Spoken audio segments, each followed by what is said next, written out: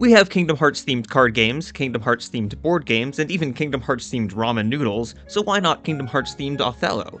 This is Kingdom Hearts Reversi, the very final minigame released on KH Mobile, debuting on January 21st, 2010. We've talked about some pretty fun and creative minigames so far, so I regret to inform you that Kingdom Hearts Reversi is neither of those things. Okay, well, that's a bit harsh. There's still plenty of charm and one new standout feature, but it's clear that the tank was running dry by the time they got to the 8th application. So let's skip any further introductions and get right into the game. Kingdom Hearts Reversi plays exactly like any other game of Reversi or Othello. There are absolutely no powers or other mechanics that make the application stand out from the traditional board game. Even so, Reversi might sound like an interesting pick for a minigame application, but to those familiar with this era of mobile gaming, that couldn't be farther from the truth. Practically every manufacturer had their own version of Reversi that came pre-installed on their flip phones. But more than that, basically any game series that wanted a quick mobile phone tie-in would just pump out a Reversi application. Monster Hunter, Sonic, Bubble Bobble, Namco in general, Sonic again. You didn't even have to be a video game franchise to get a Reversi clone, just as Haruka Nogizaka's Secret Reversi. Oh, and I can't forget my personal favorite, Devil May Reversi. Yes, really. All of these games predated Kingdom Hearts Reversi by 2 to 7 years, so KH Mobile was expanding into a very oversaturated market, to put it lightly.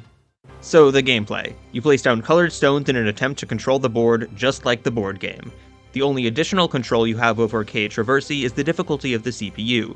You can choose between easy, normal, or hard, and after winning 10 times on hard difficulty, you unlock extreme difficulty. Personally though, I'm not good enough for that. The main way to play is Challenge Mode, which pits you against random opponents of increasing difficulty. Once you faced off against a character in Challenge Mode, you can select them for a quick match in Free Mode. The only exceptions are Riku and Kairi, who are unlocked by default. However, since characters you face in Challenge Mode are completely random, unlocking a specific character in Free Mode is a painful grind. There are 16 characters from 8 different worlds, although there are no gameplay distinctions between them. The only differences are the sprites, level background, and music. I have to give some credit for using the wonderful Chain of Memory sprites and having a few pieces of character dialogue, but other minigames did it first and better. In fact, most of the dialogue is taken straight from Kingdom Hearts Card Circle Daifugo, which had 5 times as many lines per character. Naturally, because the game uses Chain of Memory sprites, the character and world pool are limited to those that appeared on the GBA. The music is a similar story. Since KH Reversi was the final minigame, it doesn't seem like they were interested in making new arrangements, so every song is reused from earlier applications. The menus play Shipmeister's Humoresque, borrowed from one of the Gummy Ship Studio stages, which doesn't really have any relevance to the application. Destiny Islands, Traverse Town, Agrabah, Halabashta, and Neverland get their respective field themes. Like KH Spider Solitaire, the field theme chosen for Neverland is Neverland Sky, which is incongruous with the background image of Hook's ship. Wonderland, Olympus Coliseum, and Castle Oblivion get the respective battle themes. Interestingly, both Welcome to Wonderland and Road to a Hero appeared in earlier minigames, so I'm not sure why they went with the Wonderland and Olympus battle themes instead. Maybe it was to give Forgotten Challenge some company.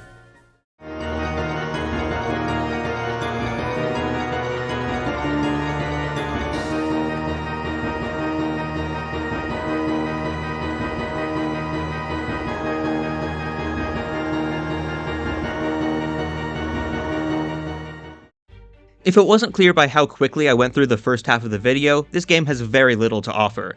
Given that it was one of the final major KH Mobile updates, I understand that development was winding to a close, but it's still an unfortunate denouement to an otherwise stellar lineup. There is one saving grace, however, a true multiplayer mode. In a striking leap forward, KH Reversi uses infrared communication to facilitate live multiplayer matches. If you and your opponent both select Play with a Friend in the main menu, it will open up a special multiplayer match. While every minigame besides Magical Canvas had an online ranking system, KH Reversi included, this is the only application with real-time multiplayer functionality. I think this is the only minigame that lends itself naturally to one-on-one competition, so this mode was a smart inclusion. But at the end of the day, being able to play this game with someone else doesn't make the content any less bare bones.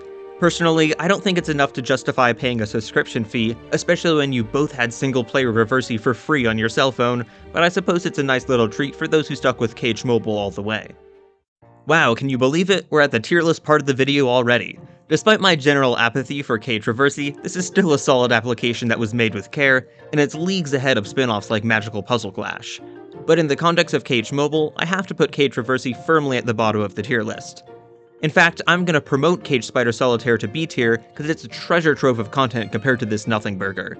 Remember, most of the phones that supported KH Mobile came pre-installed with the Reversi application, so there's no reason to pick this up for the gameplay. And if you want Kingdom Hearts themed time wasters, any other of the 7 KH Mobile apps is a better choice. While I'm always a sucker for Kingdom Hearts music and artwork, this application really does nothing except the bare minimum. It's been 7 minigames and 13 months since the launch of Kingdom Hearts Mobile, and all they have to show for it is an admittedly neat multiplayer mode carrying a rehash of old ideas. But please, don't let this underwhelming performance lower your expectations for the finale of KH Mobile. While KH Reversi was the last game added to the service, I knew that ending on this effete display would be a terrible anticlimax, so I saved one of the launch titles for last. And trust me, you are not prepared for what the final game has in store for us. It's already shaping up to be the longest KH Mobile video by a wide margin, and probably one of my favorite projects I've ever worked on for this channel. I'll see you there.